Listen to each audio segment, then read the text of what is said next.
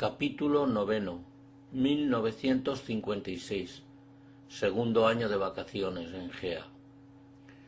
El ir a escuela diferente trajo con el tiempo amigos nuevos de mi misma clase. Pepe Flor, su padre, era el único pastor de ovejas en el puerto, al menos nunca había otro, y su madre llevaba la carnicería. Fernando el Mergildo, geano e hijo del tío Severiano, y Juanito Cano, el cojico, el vecino de enfrente de mi casa.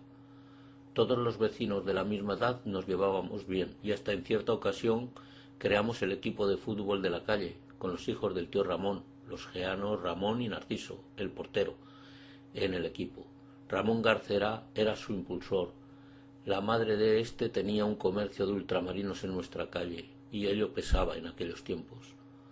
Durante el curso cumpliría los 10 años y lógicamente al verano marché de nuevo a Gea.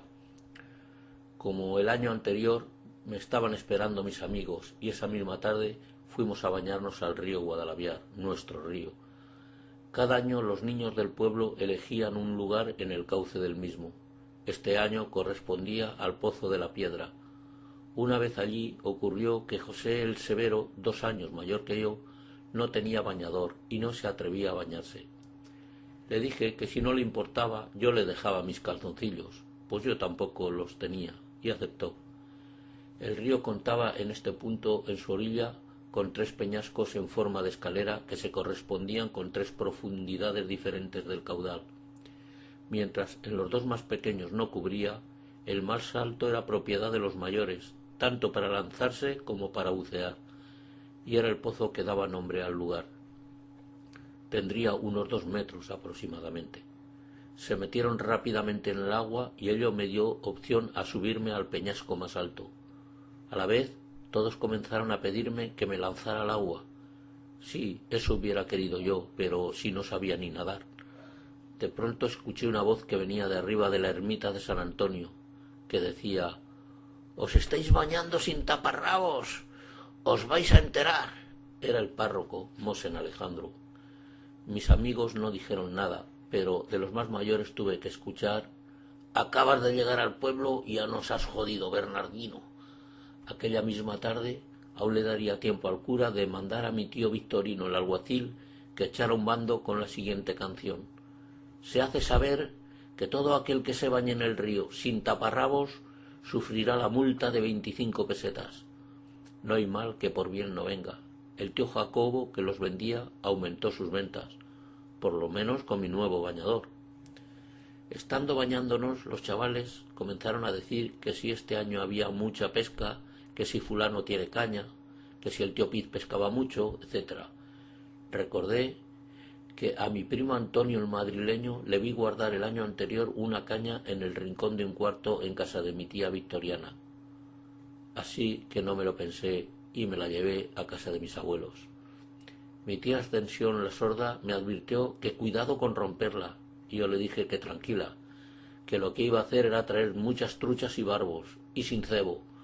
Lo que ocurrió es que nada más llegar al río ya había partido la caña por la mitad. No quiero recordar cómo se puso mi primo cuando llegó ese verano de vacaciones. No me pegó, pero ya nunca más toqué sus cosas. No solo yo hacía trastadas. Recuerdo el día que, estando jugando en casa de José María el Marzo, con este y Constancio el secretario, el primero, no sé por qué motivo, se enfadó y nos declaró la guerra. Nos metimos en la cuadra y cerramos la puerta, porque desde el corral no paraba de lanzarnos objetos. Cuando dejó de tirar cosas y dijo que nos perdonaba la vida, le abrimos y pudimos ver la puerta pintada de colores. Había estrellado todos los huevos que habían puesto sus gallinas. Su madre, la tía María, una de las mujeres más buenas que he visto en mi vida, nos preparó la merienda a los 3. Ella sabía que su único hijo también era muy travieso. Me pregunto ahora por primera vez en mi vida, ¿qué dirían las gentes del pueblo cuando nos veían aparecer cerca de ellos? En la carretera viviría otra anécdota. Junto a la sala de espera del autobús, siempre la llamé la cueva, ocurrió cierto día que estaba por allí con Pablo y Constancio. De pronto se presentó un coche con 2 ocupantes y paró junto a nosotros. Bajó el copiloto, un hombre muy delgado, con traje, y sin apartarse del coche se dirigió a nosotros. Chavales, venid aquí». Pablo el Parretas, que tenía entonces 12 años, salió corriendo y saltó la parte baja del muro, unos 2 metros aproximadamente, limpiamente. Aquel hombre era el futuro maestro de escuela de los mayores y nos dio a los otros 2 chiquillos 1 peseta cada uno. Posteriormente ensayó Pablo el salto y le suponía mucho esfuerzo y tiempo el rebasarlo. ¿Y si llega a ser un ladrón de niños?, nos diría Pablo después. También, como todos los años, me tocaba llevar el trillo en la era. Mi abuelo compartía la parva con mi tío Victorino el alguacil y su hijo Victorino y yo llevábamos los trillos. Los mayores se metían al pajar a comer y a nosotros nos mandaban con los mulos al río junto al puente a que abrevaran. Estábamos esperando toda la mañana ese momento. Bajábamos y subíamos a caballo sobre los animales y los metíamos en el centro del río. Los mulos se mojaban la tripa, pues entonces sí que bajaba caudal. Les tirábamos del ramal de vez en cuando, como nos habían advertido los mayores, pero a veces le preguntaba a mi primo, 3 años más pequeño que yo, ¿qué pasa si los dejas que beban sin parar? Nada, ¿lo ves? Luego regresábamos cuesta arriba hasta nuestra era, la más alta, y nos tocaba comer a los 2 solos. Comíamos juntos y a mi primo le contaba cosas. Lo tenía embobado, pues yo no paraba de decir tonterías imaginativas. Cuando pasaban sobre nuestra cabeza los aviones Sabre del Ejército del Aire que hacían prácticas de tiro en caudé, les disparábamos y cuando desaparecían decíamos que les habíamos dado. Le decía yo, si ellos nos dispararan en 1 segundo teníamos la trilla terminada. Curiosidades de la vida. Mi primo hizo el servicio militar en el polígono de tiro de caudé y yo en Manises, donde aún estaban por entonces este tipo de aviones, norteamericanos procedentes de la Guerra de Corea, 1950-1953. Por cierto, hablando del río y del puente, debajo de este y en el lado del molino se tiraba las hojas secas de las panojas y era un sitio ideal para que los niños nos lanzáramos desde arriba sobre ellas. Algunos nos entreteníamos girando las varillas de hierro de las barandillas, tan largas como el puente, ya que ello producía un ruido muy molesto. También solíamos coger cangrejos y caracoles. En cierta ocasión, la madre de Pepe, el matachín, nos cocinó unos cangrejos y también comimos liebre que ella tenía. Era la primera vez en mi vida que la probaba. En la entrada de esta casa, en la calle de en medio número 11, existe una cueva que se adentra hacia el interior de la montaña. Pensábamos de niños que posiblemente en la época mora se comunicaría con algún punto estratégico de la villa. Nunca entré en ella. ¿Miedo? Actualizo. Modesta, su dueña, me enseñó hace poco la entrada de la misma y me dijo que no tiene mucha longitud y que conducía a casas cercanas de la villa.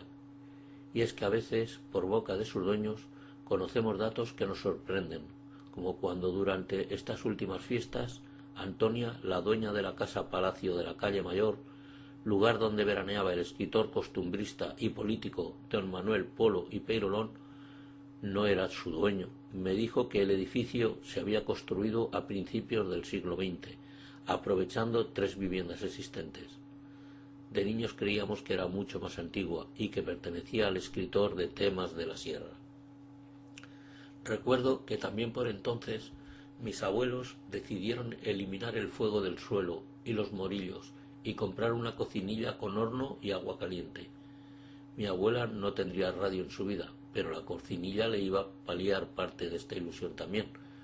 Como solía decir mi padre, la abuela tiene un toque para la cocina buenísimo.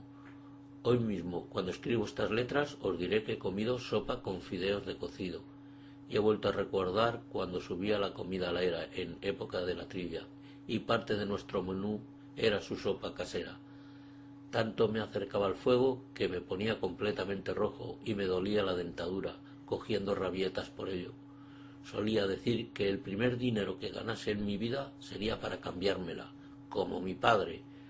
Este, a sus 35 años, ya la llevaba completamente postiza, tras muchos viajes andando a Cella. Cierto día de estos, estando en los porches del ayuntamiento, comenzaron a llegar personas a la plaza por la calle de la taberna, algunos con pozales, gritando «¡Fuego! ¡Fuego en casa de Sebastián!». Los niños lo primero que hicimos fue ir a alcahuetear al lugar del siniestro, una vivienda próxima al actual restaurante del Soguero. El humo salía por una ventana lateral de la casa. Después de observar la cadena formada desde la acequia madre en el Carrerón hasta la casa del tío Sebastián, nos añadimos a la cadena de brazos y cubos. Aquello fue de tanta excitación que aún siempre que paso por allí y veo dicha ventana lo recuerdo. Además, no olvidemos que apreciaba mucho al tío Sebastián, pues era amigo de mi padre. Años atrás juntaban sus equinos para tener un par, y mis amigos solían provocarme diciéndome que su hija Lorenza era mi novia. Recuerdo que ello me producía enfado, no sé por qué. Ambos éramos chiquillos humildes y jugábamos juntos en la calle. Como todo soñador, también era muy tímido. Este verano, las andanzas por la huerta y sus frutales y contar las películas que había visto en el puerto también fueron habituales. Pero, como observaréis, mis mentiras ya no eran dañinas. Uno de los lugares de distracción continuaba siendo el corral de casa de mis abuelos. En cierta ocasión estaba dentro con el nieto de la tía Paula. Ya dije que los niños veraneantes eran como un geano más, y este creo que vivía en Barcelona y no recuerdo su nombre. Y cerramos la puerta. Fuera estaba mi prima Virgilia, la niña, y Ángeles, y las insultábamos. Virgilia nos decía: «Poned el ojo en el agujero, que mirad lo que tengo», y asomaba un palo pequeño por el agujero en la madera de la vieja puerta, que aún existe. Recuerdo que cuando soltaban a los cerdos de las cortes, cuadras, por el corral para que éstos disfrutaran de más zona de movimientos, como eran tan grandes les tenía miedo. Muy diferente a cuando mi abuela ordeñaba las cabras, pues sabía que detrás venían las cuajadas con azúcar. Por cierto, tras fallecer mi abuela, mi abuelo se desharía del burro y el mulo, adquiriendo una burra muy dócil y pacífica. Mi primo Luis el madrileño me ha recordado en ocasiones que le encantaba subirse en ella, a él y al resto de los niños madrileños de la familia. Quiero dejar ahora un recuerdo para los ratos pasados con un niño 2 o 3 años menor que yo, que también por entonces jugábamos mucho, tanto en el corral de su abuela como en el de los míos. Tenía obsesión con las casitas que hacíamos, al principio en la calle del Curadero, pero como nos las rompían, pasamos a edificarlas en el interior de los corrales. Para tejado les colocábamos 1 o 2 tejas, para pared unos ladrillos o piedras y para puerta una tabla. Este era Lorenzo Sáez, nieto de la tía Nemesia la niña.